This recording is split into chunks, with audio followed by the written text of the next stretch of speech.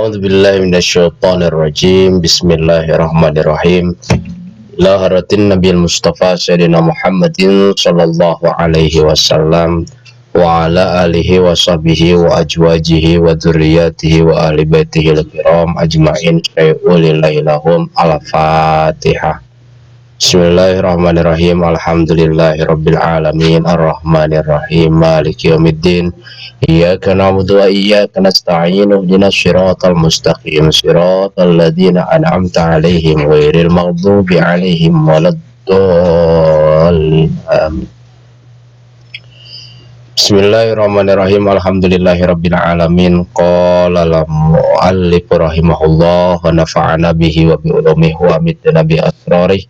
Rabbi syrah li sadri wa yassir li amri wa hlul 'uqdatam min lisani yafqahu qawli ya fattahu ya alim. Alhamdu ari sadaya puji eta lillahi tetep kagungan Gusti Allah, hamdan kalawan muji temenan. Nastabtihu nyuhunkeun dibuka abdi sadaya bihi kalawan puji al khairati kana pirang-pirang kasayan. Natlubu tegas nama nyupri abdi sadaya bidzalikal hamdi kalawan itu puji al-fathah kana terbuka lil khairati pikeun pirang-pirang kasayan wa nusrata sarang kana pitulung ala tahsilil fadilati kana ngahasilkeun pirang-pirang kautamian an-nafahati pirang-pirang kanugrahaan. Natlubu tegas nama nyupri abdi sadaya bidzalikal hamdi kalawan itu puji al-fathah kana terbuka lil atoya kana pirang-pirang paparin wa nusrata sareng pitulung ala tahsiliha kana ngahasilkeun itu atoya atana kana nafahat ya.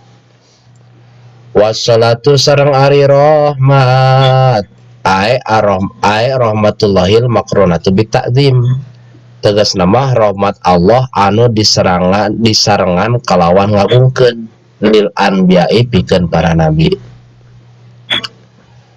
Pamit teh mah rahmat gitu, rahmat lungsur ti Allah ka para nabi mah maknana teh adalah rahmat Allah. Salat teh salat maknana rahmat Allah anu disarengan ku ngagungkeun. Wa mutlaqu rahmati sareng mutlakna rahmat wungkul rahmat gitu li goirihim pikeun salian ti nabi. Nya mana umpamana kieu nya wassalatu wassalamu ala rasulillahi wa ala alihi wa ala alihi teh kakenaan ku selawat eta teh selawat sareng salam. Tak selawat eta mah maknana teh rahmat we wungkul pami ka Kanjeng Nabi mah rahmat anu disarengan ku ngagungkeun. Wa du'a'u sareng makna doa bi khairin kalawan kasayan, doa kalawan kasayan minal ibadi ti papada hamba. Wassalamu sareng salam kawilujengan kasalamatan tahiyatullahi tegas nama penghormatan ti Gusti Allah al-udma anu pohara agung. Wa huwa ari salam eta ta'zimun jantan ta'zim ya, makna ta'zim lil anbiya'i pikeun para nabi. Kama yuhayyi sakumaha ngahormat saha ahaduna salah saurang ti urang sadayana doi pahu katamu nasi ahad. Wa talabul ibadi sareng nyuprina hamba-hamba lidzalika kana itu salam.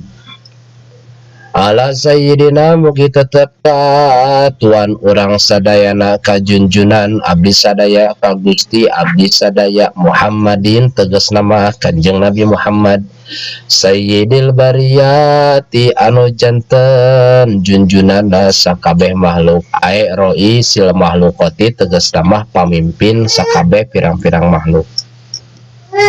Wa ala alihi sareng kakulawargina Kanjeng Nabi atba'ihi tegas nama pirang-pirang pengikut Kanjeng Nabi anu tumut ka Kanjeng Nabi. Wa alal imanin netepan kana iman walau usotan sanajan jalmana teh tukang doraka. wasobihi sarang para sahabat Kanjeng Nabi wahum ari sahabat teh eta al mujtamiuna jalma-jalma anu kempel ngariung bin nabiyina kalawan nabi orang sadayana Muhammadin tegas nama Kanjeng Nabi Muhammad sallallahu alaihi wasallam mukminina bari iman walau lahdatan sanajan sakdap sanajan sakerejep iman ngariungna teh sanes iman tapi ngariungna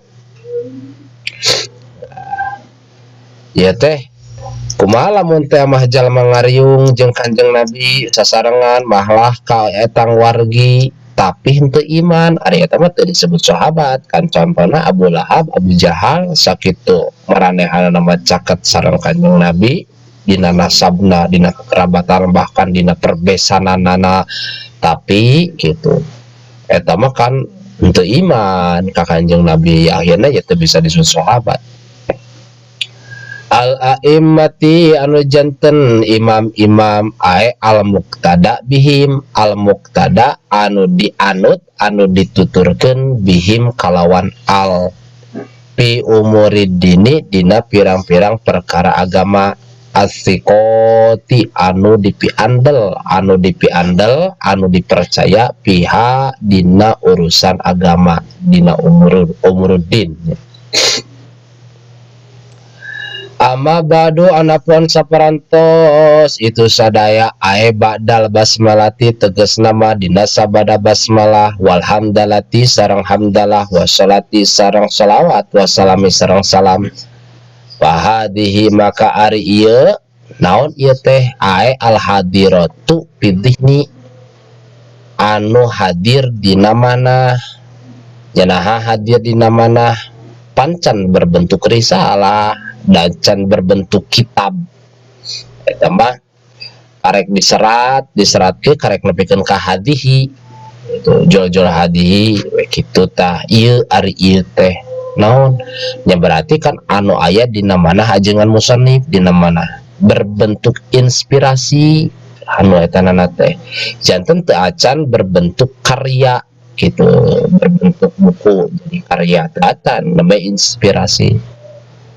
Eta risalatun hiji risalah naon risalah teh ae kitabun sogirun jidan kitabun hiji kitab sogirun jidan anu kacida alitna teh anu alit pisan muhimmatun anu penting muhzinatun dil qulubi anu matak nyedihkeun anu merihatinkeun dil qulubi kana pirang-pirang hate nya muhimmatun teh matak jadi sedih prihatin mun teh mah teu apal da sabab penting pisan mun teu apal teh aduh deudeuh teuing kitu nyeri kana mana rotab tuha nyusun kaula kana risalah ae ahadihi tegas nama nyusun kaula kana hadihi maksumatan bari anu dibagi-bagi ala arbaati fusulin netepan kana opat pirang-pirang pasal ae aprozin tegas nama pirang-pirang judulnya pirang-pirang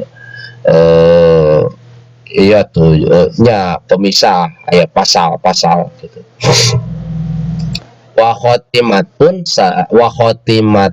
sareng hiji panungtungan wahia ari khotimah eta ma perkara tuzkaru anu ditutur li ifadati ma yata'alaku bil maksud li ifadati ma yata'aliku bil maksud pikeun maedahkeun perkara yata'aliku anu aya kakaitanana anu aya cumantelanana ieu perkara teh bil maksudi kana anu diseja wakana sanes wakaana tapi wakana dzalika ta'aluku sareng kabuktosan itu kekaitan itu cacantelan teh itu keterkaitan teh eta ta'alluqul lahiki bisabi cuman telanana anu nuturkeun bisa biki kanu tos diparayun wahwa at-ta'alluqu min haitsu takmil wahwa ari itu kakaitanana keterkaitanana teh eta at-ta'alluqu keterkaitan min haitsu takmil tina sakira-kira nyampurnakeun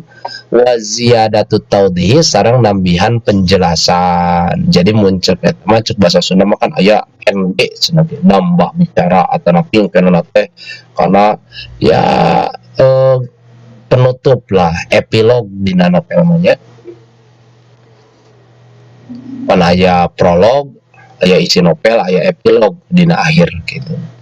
Al faslul awalu ari pasal anu kahiji eta pi bayani hukuki zaujati tetep dina martelakeun pirang-pirang hakna istri al wajibati anu wajib ala zauji berat kanu janten suami.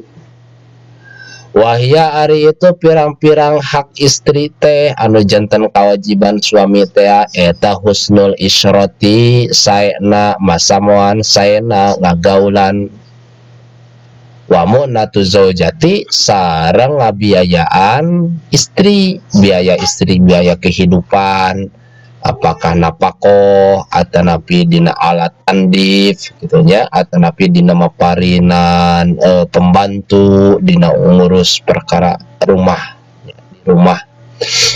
Wa mahruha sareng mahar masihkeun maharna eta istri.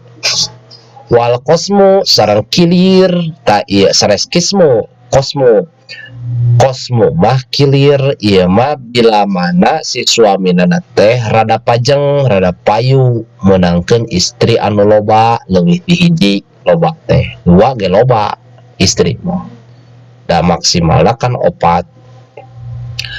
Wa ta'limuha sareng wajib si suami teh atanapi merupakan hak istri teh mendapat pengajaran ka eta istri.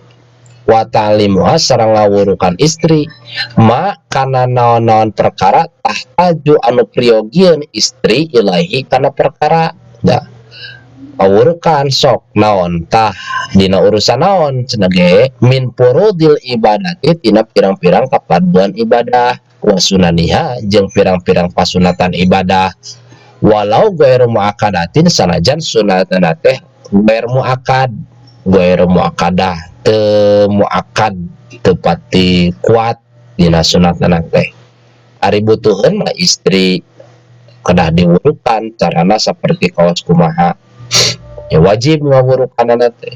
Ada kuring mah lalaki tapi teu pati ngarti kana urusan agama atuh idinan sina nanyakeun ka kiai supaya diwurukan gitu. Wa mimma sareng tina naon bae perkara ya ta'allaku anu cumantel ieu perkara teh ta'allaku ya ta'allaku ta'allukan ya ta'allaku anu cumantel ieu perkara bil haidi kana haid ieu ngawurukan naon kewajiban pamitama istri haid dina usum ngawitan haidna apakah salat atawa acan oke salatnya wajib dikodoan gitu nu mana nu kudu dikodoan nu mana nu henteu nu boleh ditinggalkan. Wa min wujub taatihi sareng ngawurukan tina wajib taat kana janten suami bima dina perkara laisa bima'siatin anu sanes maksiat. Sok kewajiban tadi antarana kewajiban istri teh kudu taat ka suami wartosan ku suami bahwa salila kene aya ikatan rumah tangga ikatan pernikahan wajib si istri taat kanu janten suami salila eta parentahan suami teh eta anjuran suami teh tidak bertentangan dengan